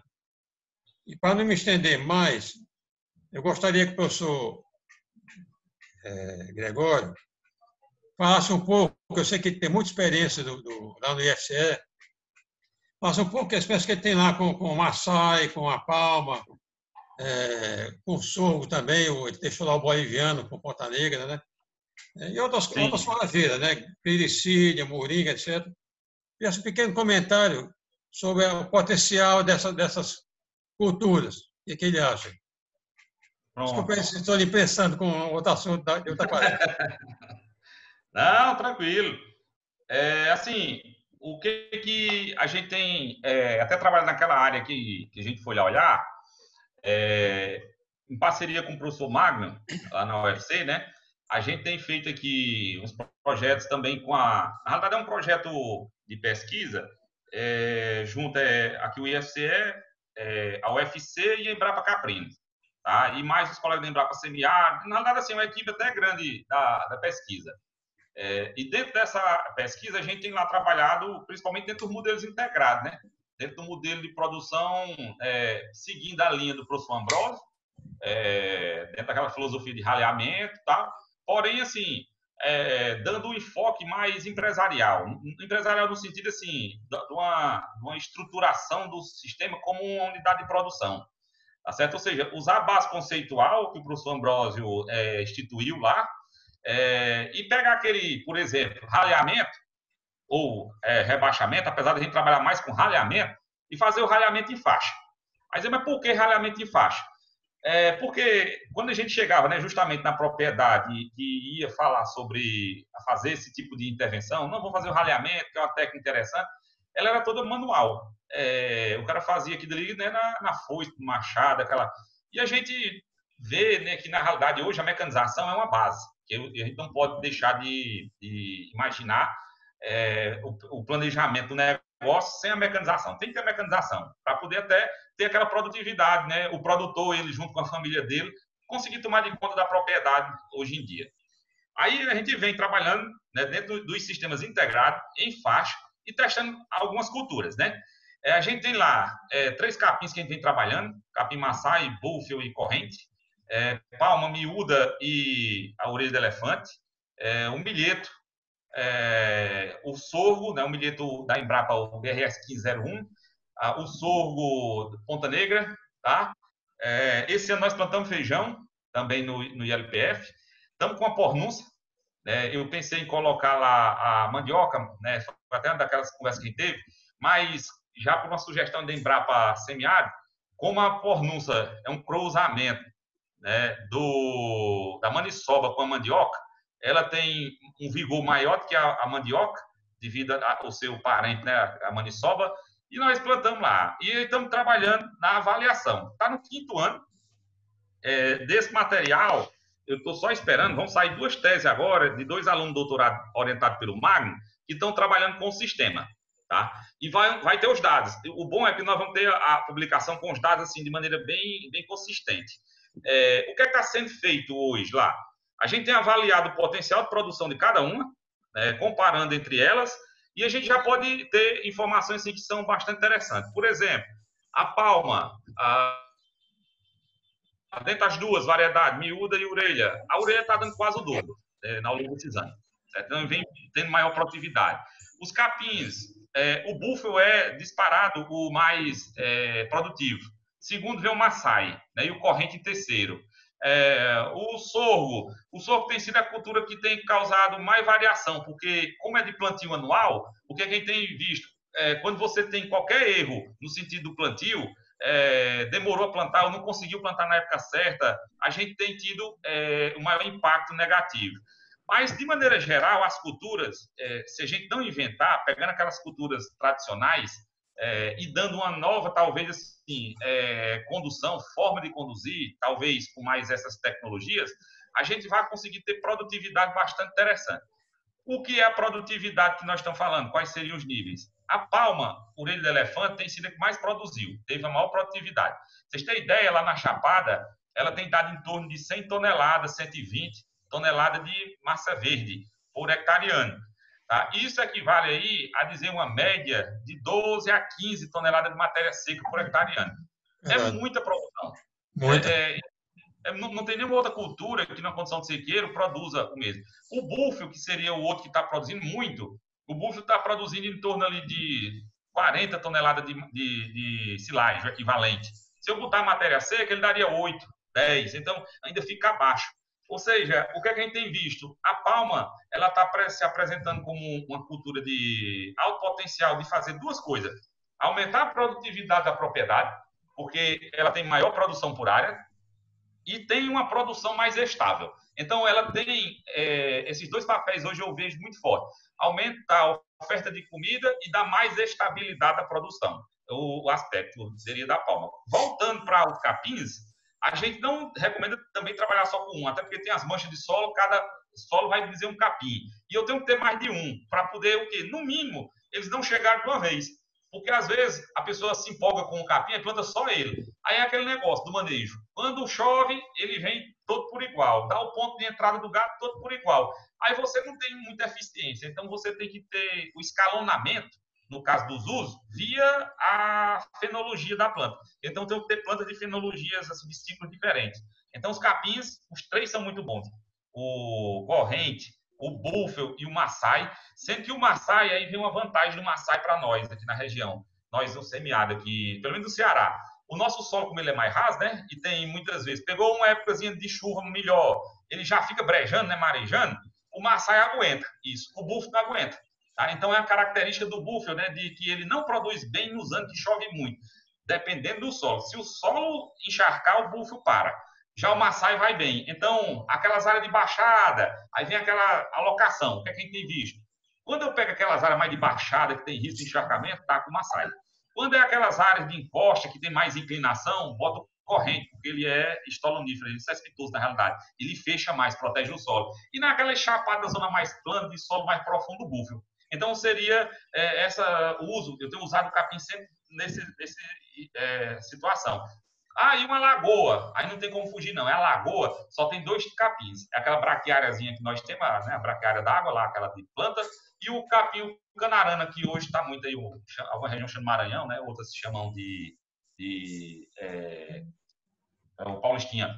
Tá? Então, assim, basicamente, esses aí é a combinação que eu tenho visto e digo que cada vez mais eu tenho tido melhor expectativa, porque a gente está vendo, assim, que se não enfeitar, fizer o feijão com arroz bem feito, o negócio vai, e vai bem. Porque as culturas já estão testadas.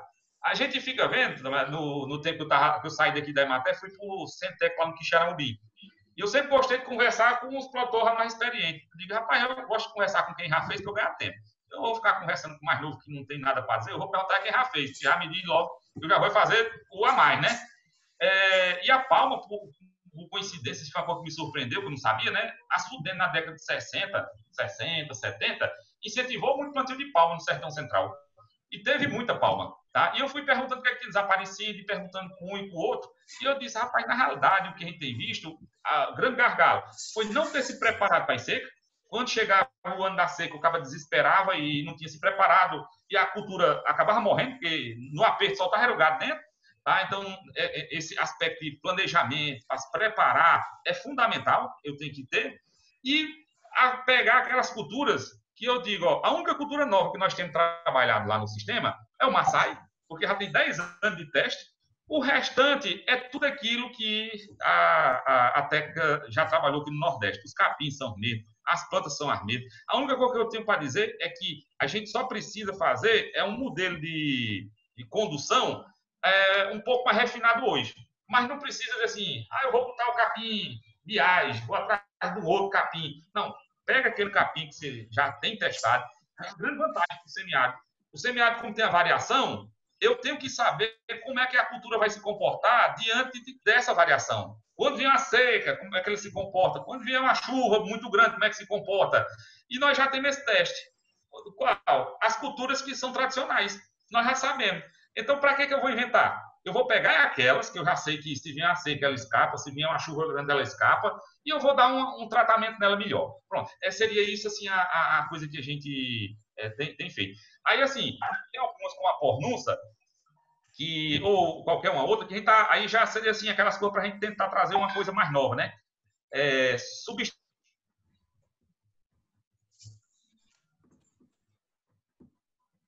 Ixi. Que houve, Elvis? Agora? Vocês caem a internet dele. A internet dele, né? Deva ter sido a internet dele, porque Cortou de uma vez. o microfone dele tá ligado. Não tá cortado não, o microfone dele. Então deve ter caído a internet dele lá. Vamos aguardar um pouquinho. Para os próximos, enquanto ele volta. Agora? O Sérgio e depois a Fernanda. Sérgio. Gregório, você pode... Tá voltando, eu acho. Gregório? O meu voltou. Tinha travado tudo, mas voltou. Pronto. Gregório? Estou aqui. Pronto. Vamos seguir para os próximos, então. Não, deixa eu fazer só uma complementar a Gregório. Na fase normal, que você você conhece bem, sim, nós estamos com uma experiência interessante para ter uma sugestão do Enéas. Nosso colega agrônomo foi da Embrapa e hoje é professor da UVA. Ele tem doutorado em pastagem nos Estados Unidos, né? Sim, ele apresentou uma sugestão que nós estamos testando lá e estou achando que vai dar bom. O consórcio da palma com a glicília e fileiras alternadas. Entendeu? Certo. Não, eu acho que está bom o comportamento. Eu acho que pode ser também uma boa alternativa. Eu tenho uma área dela aqui, assim, sabe? Então, eu tinha feito a palma com consórcio com capim, não deu bom. Aí eu botei glicídia lá nas faixas e eu tô com a área lá que a metade é só a palma e a outra metade é com glicídia, né? O grande... Tá gostando? Não, tá muito bom. O problema foi porque agora esse ano, devido a essa questão, a gente não teve como fazer avaliação e eu ainda não consegui fazer medidas ainda lá, por falta de gente mesmo, né? É muita coisa para fazer, a gente acaba não conseguindo fazer tudo. Mas eu... No olho, posso dizer que a palma que está embaixo da glicídia está muito bonita. E eu não venho dando manejo na glicídia, assim, Está muito bom. A ideia do Enéas é exatamente essa, formar um microclima para a palma. E parece que está funcionando bem lá. Eu aqui, aí a gente começa a fazer as ideias, o microclima embaixo, assim, a situação estava tão boa que a gente estava dizendo, eu vou plantar aqui embaixo desse negócio, no meio da palma, agora vai ser café. Aqui no meio, botar umas mangueiras para irrigar. É interessante. Ok. Sérgio Romero. Microfone, Sérgio. Abriu o telefone? Abriu o som? Abriu o som, o telefone. O telefone todo, né? Pois é a redundância. Eu vou aproveitar e parabenizar o Rodrigo, que eu não tenho o prazer de conhecer, mas qualquer dia desse eu vou conhecer, por uma explanação que me fez voltar como diz o Itamar, me fez voltar aos bancos da Universidade Federal de Ceará, na Escola de Agronomia. Itamar tem uma memória melhor do que a minha, e se lembrou, inclusive, de uma frase de um professor de zootecnia que a gente tinha, doutor Elzi Barreto, que está no céu. E foi muito sugestiva a frase dele, e o Itamar se lembrou e eu não me lembrei. Mas eu vou começar aqui por uma preocupação desse problema de água, viu, Rodrigo? Tem uma história muito interessante com esse negócio de água, porque o produtor, o cara que vai fazer um açude, que vai fazer um poço, ele tem que tirar uma tal de uma outorga, né? Aí isso aí, depois ele vai dizer que pagou, fez um bocado, teve muito trabalho de fazer essa outorga e não vai dividir a água dele com os outros vizinhos, quando na verdade é o que ele deveria fazer. Tá certo? Mas como na vida da gente, a gente tudo tem que fazer um planejamento, eu vou entrar aqui no assunto que eu queria que você desse umas pinceladas nele, não precisa ser muita coisa. Eu acho a primeira coisa que eu acho é que os nossos agricultores, os nossos pecuaristas, eles deveriam partir para uma modernidade. O que é que eu quero dizer com isso? Hoje você chega em determinadas propriedades, as ordenhas ainda são manuais. Ainda são manuais, quando deveria ter passado para uma ordenha mecânica, que é muito mais produtiva e é muito melhor. A nutrição dos animais, a alimentação, a própria água que eles estão dando para os animais não é uma água de boa qualidade. Falta o Itamar falou em silagem, e é fundamental hoje que a gente faça silagem, porque na época seca, para ninguém ficar tirando os cabelos, que ainda tem cabelo na cabeça, puxando os cabelos, para poder dar uma alimentação digna para os animais, porque você não tem uma silagem, você não tem uma palma para poder complementar a alimentação desses animais. O outro problema que eu acho é a falta de gestão. Não existe gestão nestas propriedades. Eu acho que é fundamental uma gestão para você garantir um lucro, uma lucratividade dos seus animais. Se você não tem gestão, se você não sabe como trabalhar na sua propriedade, você não pode ter lucro. Outra coisa é o rebanho que você tem. Você tem que ter um desempenho de vacas. Se você tem a criação de vacas leiteiras, você tem que ver o desempenho dessas vacas para que você não gaste dinheiro sem necessidade e, no final da história, você não tenha uma lucratividade boa. Para isso, a produtividade dessas vacas é muito importante. Como é que você melhoraria isso? Através de ou comprar vacas já com aptidão leiteira, ou partir para um melhoramento genético. Tá certo? Então, seria essas considerações, mais ou menos, que eu gostaria de fazer. E eu perguntava ao amigo se você está de acordo com isso que eu estou falando, que eu falei, aliás. Sim. Assim, eu concordo com tudo que foi falado. A gente tem ainda que vários aspectos que a gente poderia melhorar aqui no nosso sistema. O Ceará, de certa maneira, né, o interior mesmo, assim, o sertão, né? A gente tem dado uma evoluída. Outros estados ainda estão numa situação ainda mais limitada, mas nós ainda temos aqui muito ainda o que fazer, né? Melhoramos já um pouco, mas tem muito o que fazer. Dentro desse aspecto aí que foi falado, né? Eu imagino, né, aquela sequência, né? Quer dizer assim, a gente precisa ter o treinamento no sentido do produtor nas ferramentas de gestão, né? Melhorar a sua gestão.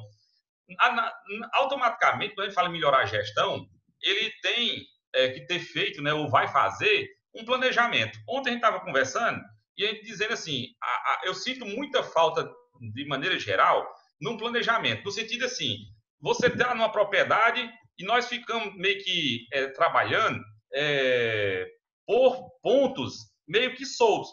Tipo, a gente não tem dentro da propriedade o plano. Onde é que a gente quer ir? Eu quero ir, tipo, para 1.000 litros de leite, porque com 1.000 a gente faz as contas e é bom para mim.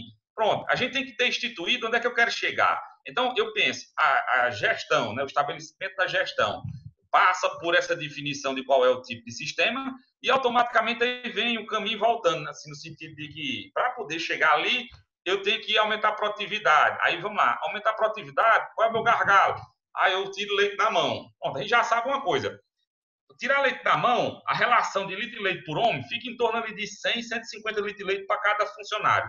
Se eu ponho ordem mecânica, eu consigo, faço 350 litros. Ou seja, praticamente eu já diminui o custo de mão de obra por 3. Eu saí do que eu gastava para 1/3. Então eu já tenho esses ganhos. Tem também o ganho com relação mas a produção está pouca, eu tenho que melhorar. Aí vem aquele quesito, que muitas vezes os produtores ainda estão muito naquela coisa. Quem quer um animal mais rústico, quer um animal chamado de rústico para poder dizer assim, eu não preciso fazer muita coisa ou fazer nada. Ele dá conta sozinho, solto na caatinga e tal. Mesmo os animais mais rústicos, esse modelo ele também não daria certo. Então eu tenho que ter assim, aquela ideia. se o meu produto de venda é o leite, na realidade o meu sistema ele é um fluxo, né? Um fluxo contínuo de tudo, de energia, de nutriente, de água. Eu tenho que entender que para sair na ponta mais leite, tem que entrar mais luz, mais energia, mais água, mais nutriente. E aí, se eu estou querendo tirar mais e eu não estou colocando nada, eu tenho que saber que está errado, que tem uma falha. E aí é onde entra a questão do planejamento. Mostrar também essa questão. Para ter essa produção, esse aumento, não é só querer ter também uma vaca boa. Eu tenho que ter solucionado a base. É o quê? Aquela oferta de comida. Eu tenho que ter oferta de comida de quantidade e qualidade. Tá? Para poder eu ter uma vaca boa, para poder eu gastar menos com ração. Então, é uma escada, né? Uma sequência assim, que a gente precisa dar uma melhorada, né?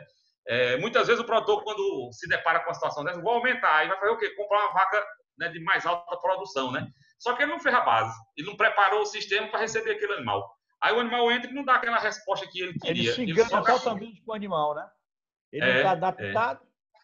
Está adaptado, ele não deu aquela condição, né? Aí ele acaba gastando o quê? Ração de saco. Porque quando eu trago um negócio que está acima do que eu posso, ele não vai se dar bem e eu vou ter que dar uma ajuda a ele. E essa ajuda, às vezes, ela é inviável. Você acaba gastando mais do que ela vai trazer de ganho. Ok. Doutora Fernanda, seja muito bem-vinda. A voz feminina... Qual foi, Fernanda? Bom dia a todos. Dizer muito feliz em ver o Itamar retornando ao nosso convívio, né? A vida continua.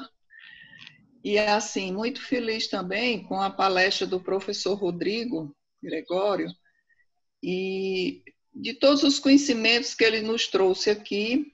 E a gente cada vez mais se conscientiza que nós precisamos ter conhecimentos, né? A gente precisa se aperfeiçoar, se capacitar, estar sempre em processo de aprendizagem.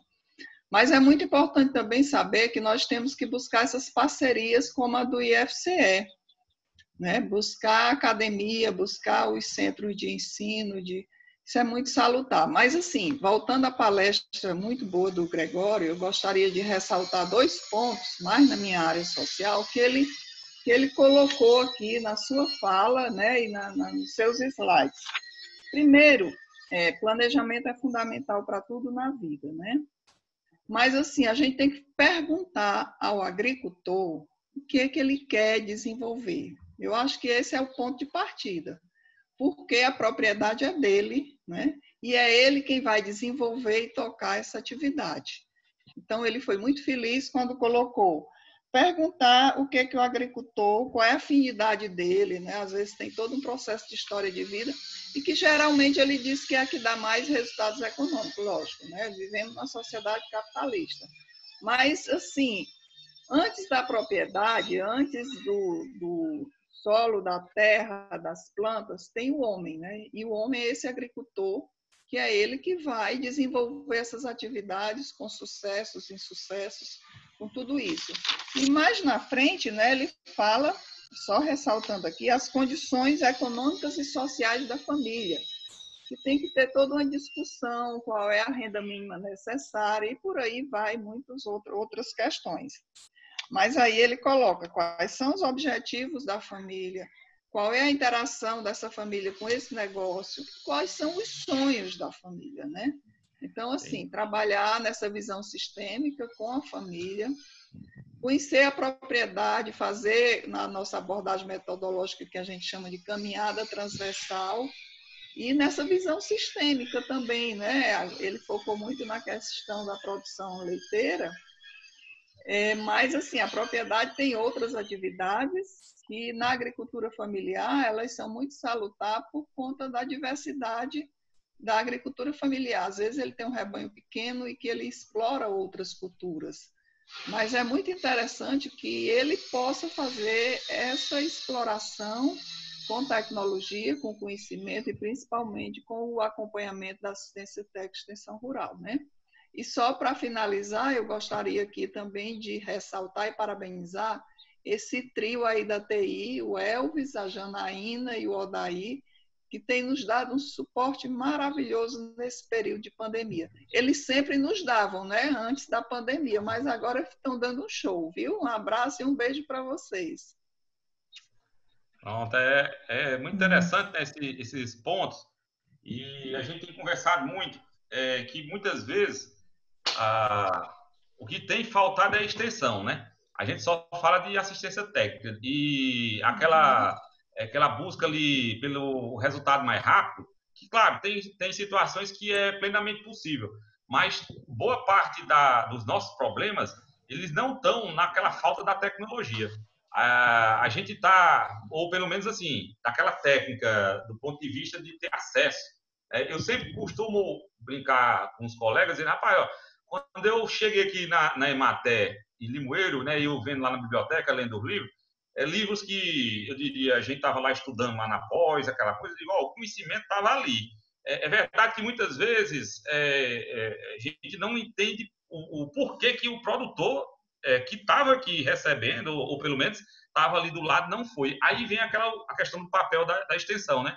Desse processo contínuo, em que a gente tem que ainda voltar nessa tecla, porque senão a gente se depara, como eu tive de estar numa reunião lá no Tocantins, e chegar uma pessoa lá da assistência técnica, sabe? E olhar assim para a plateia de 300 pessoas e dizer assim, daqui só uns 15 vai conseguir fazer o que eu vou falar. Eu digo, tá, vou me embora. Porque esse negócio que ele está querendo falar não presta. Se a maioria não vai conseguir, então aquilo ali já teve um erro na base. Então a gente precisa desvincular um pouco também dessa questão, no sentido assim, a gente não pode trabalhar só com o resultado da assistência técnica. Porque o grande gargalo, a meu ver, hoje, são justamente os processos. A pessoa, às vezes, não entendeu como era para fazer aquilo.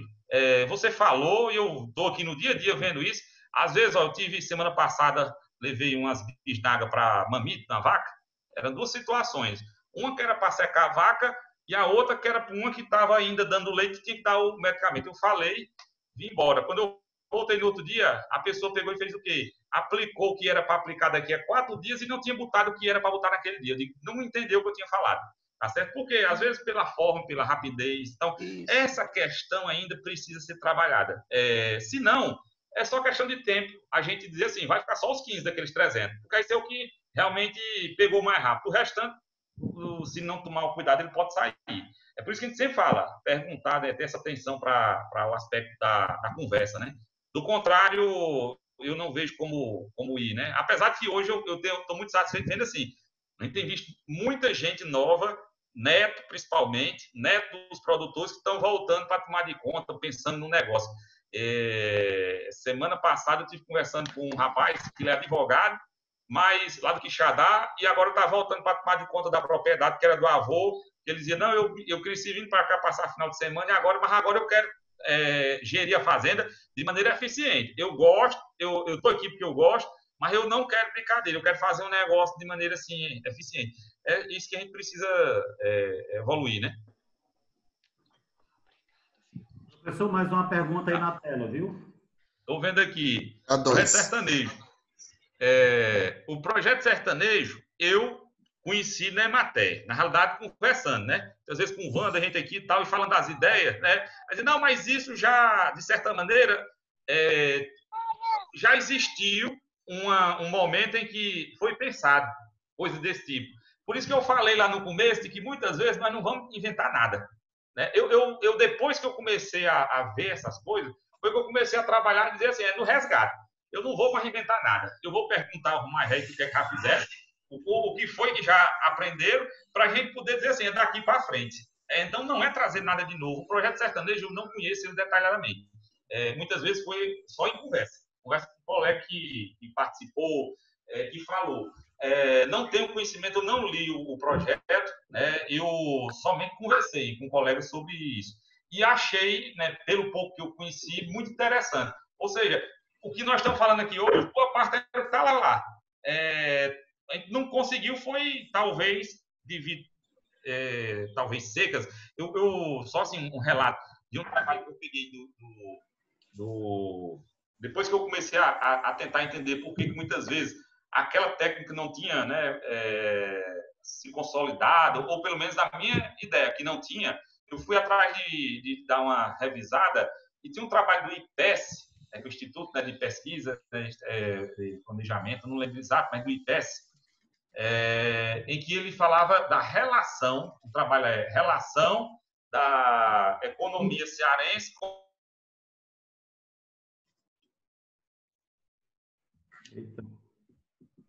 Agora? Tá escutando? Ouvindo. Voltou. Escutando? Estamos sim. Voltou agora, viu? Então assim, esse trabalho lá do IPES, ele fala dessa relação da questão econômica, né, da economia cearense com a precipitação. E o que a gente viu muitas vezes foi que os sistemas até tinham adotado tecnologia, estavam caminhando, mas eles não se prepararam, foi para a seca. Aí, quando veio a seca, eles entraram em declínio. E muitas vezes foi tão intenso que não voltaram. Então, ou seja, a seca de maneira recorrente, ela sempre veio desestruturando essa organização. Uma coisa que a gente precisa, por isso que eu falo tanto, de se preparar para os anos de seca, porque senão desestrutura de novo. Tudo que a gente fez, ele volta para o zero, né? Ok, alguém quer mais perguntar para o professor Gregório? Liguem os microfones, gente, se vocês quiserem fazer mais alguma pergunta. Bom, se não querem, professor, tem mais alguma coisa a colocar? Pode fazer suas... Eu diria assim que, no geral, dessa questão do planejamento... Eu queria só uma colocação, mãe, bem rápido, professor. Eu queria convidá-lo para você um dia ir lá na Feira Normal conversar, ver lá como é que nós estamos fazendo. Vou. Marcar um dia para a gente ir lá, para passar essa pandemia aqui lá. E depois, eu acho que a gente poderia marcar também um encontro, um intercâmbio técnico, e alguns colegas da EMATER lá no IFCE para ver seu trabalho lá, que é muito interessante. A gente tinha agendado, tinha até conversado assim, mais superficialmente com o Benício, porque na agenda desse ano, em abril, tinha um dia de campo aqui, lá no ILPF, para mostrar as culturas lá no... Né, na época, porque assim, os dias de campo que a gente fez foram tudo na seca, né? Era em outubro. E a gente tinha planejado para esse ano fazer um na chuva e outro na seca, para mostrar justamente esse potencial, porque na época da chuva é interessante fazer. Como não deu certo para esse ano, vamos ver como é que fica aí para outubro, que é o evento de outubro. Se, dependendo de como é que se desenrola também, que eu não sei se vai ser permitido, vamos agora para o abril de novo do próximo ano, né? Vamos fazer o dia de campo. Porque tem muitas coisas assim, das culturas aqui, interessantes. Só faço a ressalva de uma coisa. O solo da Chapada, ele é muito bom. Né? A gente tem feito as simulações e, assim, o resultado que tem lá na Chapada, a gente não pode encarar como sendo um resultado que é possível em boa parte do sertão, sabe? Mas no restante, tranquilo. A gente tá aí, vamos marcar sim. Ok? Mais alguém? Pronto. Bom dia a todos. O Jean, que a gente... que a gente vê a questão aí, todo mundo fala sempre aí que está sendo muito importante, a questão dessas palestras, a questão do conhecimento que a gente tem guardado dentro da EMATES, né, riquíssimo, né, e a gente está vendo aí que é a possibilidade de voltar às capacitações, né, porque como a inovação, a vida todo dia está inovando, assim como na agricultura, aquelas capacitações que a gente sempre tinha uns tempos atrás acabaram, né, principalmente dos agentes rurais. Aí queria ver a possibilidade de voltar essas capacitações, se seria possível, eu acho muito importante, né? Ok. Mais alguém? Bom, se não tem, vamos aí. Os microfones estão abertos? Vou abrir agora de todos. Segundo a determinação do Itamar Leme e da Fernanda, é hora de dar uma salva de palmas de agradecimento para o nosso grande mestre, professor.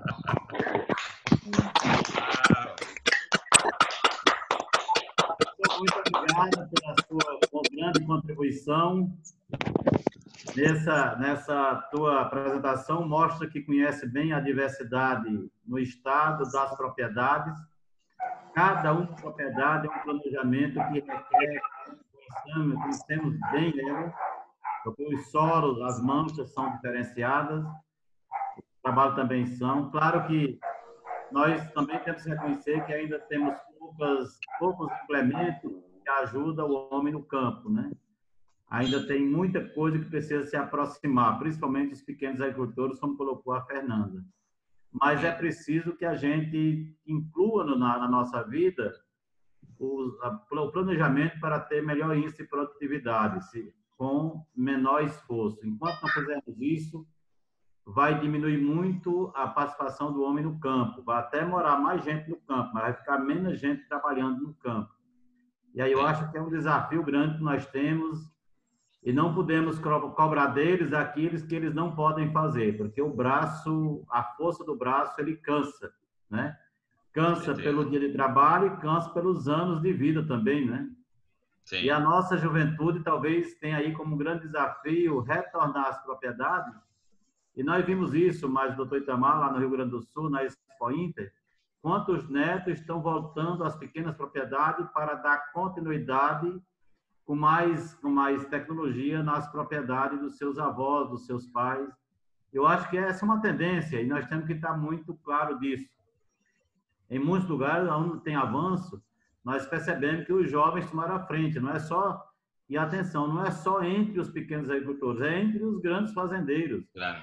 Teve propriedade que, para mudar, mudou de dono praticamente. O jovem teve que assumir nessa nova linhagem de compreensão, senão não avançava. Eu acho que isso é uma coisa que está sobre está em nossa frente, né? Por isso, muito obrigado. Vamos aí com essa parceria que, como já vimos ontem, tivemos um professor do FCE, já temos outras parcerias, inclusive para discutir a questão do rastreamento da produção, que estão bastante atrasados. As regras mostram que muitos produtos, nesse ano de 2020, todos eles têm que ser rastreados. Os mercados estão exigindo isso. Os CEAs estão com as mãos na cabeça, porque aonde não tem, estão pedindo algumas declaração técnica se há produção ou produtos feitos daquela forma ou não na área. Isso, no mínimo, vai exigir mais de todos nós esse produto, a sua origem com rastreamento, conforme o mercado exige. Eu acho que nós não podemos ficar de fora. Eu digo sempre que nós não podemos trabalhar o isolamento, mas tirar as pessoas do isolamento. Porque se nós não avançarmos nisso, os nossos pequenos agricultores podem ficar isolados, porque o mercado vai avançar muito buscando outras alternativas e a gente fica sem ter mercado para os nossos produtos. Se não, apenas nas feirinhas nossas no município, e o mercado é muito amplo. Então, nossos agradecimentos e vamos fortalecer essa parceria entre todos da EMATES. Pessoal aí da região de Moeiro são privilegiados de ter essa parceria com vocês. Por favor, doutor Amorim. Amigo Rodrigo. Benício, você. Por favor, doutor Amorim. É Mauro ou eu? Nós dois, Mauro. Nós dois. Amigo Rodrigo, só um abraço. Você é mais velho que eu, vai você. Não, tem que só dar um abraço, Rodrigo, e dizer que eu estou devendo uma visita à fazenda dele a Pirapora. Viu, Rodrigo? É porque essa pandemia prendeu a gente dentro de casa, rapaz. Eu sei que estava devendo uns peixes para ele. Duas coisas que eu tinha tratado rapidamente. Primeiro, foi falado muito aí essa nossa parceria com o Instituto Federal. Nós tivemos muito essa parceria aqui no Iguatu e que deu uma parada por enquanto. Eu assumi aqui em fevereiro a gerência regional e nós iniciamos aquele processo de volta a essa parceria, falando do que o Gé falou aí das nossas capacitações. Essa parceria está aberta. Devido à pandemia, houve essa pausa, mas nós vamos continuar aquele trabalho de capacitação que nós tínhamos com os nossos técnicos, com o pessoal do IFES. Se Deus quiser, logo que termine tudo isso, nós vamos retornar àquela parceria que todos da Emater, os nossos dirigentes conhecem, se Deus quiser. E que tiveram uma grande parceria sobre o sistema de cooperativa, né? Lá no IFCE e a OCB. Foi um momento muito importante, né, Mauro? Foi, também. Foi uma das capacitações que ficou na história da escola, inclusive. Isso é o outro lado da ponta que nós temos que ter. Depois de produzir, depois de qualificar, no mercado, o sistema de cooperativa é o outro elemento importante que está aí para a gente fazer esse enfrentamento, né? O Mauro não conhece ninguém da OCB. Não, de jeito nenhum. Pois é. Não tem parceria lá, não, viu? Conhecer é uma coisa, agora entender é outra, viu? Sérgio, vá com calma, Sérgio. Não, ela diz isso porque o presidente da OCB... Doutor, porque eu estou alegre, doutor. Desde ontem que eu vi meu amigo Itamar, eu fiquei alegre. Mas Itamar ainda está muito debilitado pela sua voz. A gente nota que você está debilitado ainda, Itamar. Mas isso não tira, meu amigo. Mas isso não tira minha alegria de ver o Itamar, não. Perde 11 quilos, Mauro. Pois é, meu amigo. Você tem que se cuidar. Estamos cuidando bem. Nós precisamos muito de você. Muito obrigado. Ah, bom, nós dividir essa perda de peso, mas que eu ganhei foi 5 já.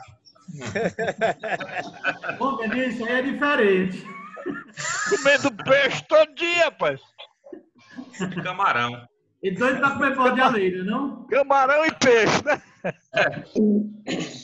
Ó, pessoal, é isso. Obrigado. Um grande até abraço. 2 horas, né? Até 2 horas. Até 2 horas. Um abraço. Um abraço para todos. Tchau, tchau. Obrigado. Obrigada, 13 horas.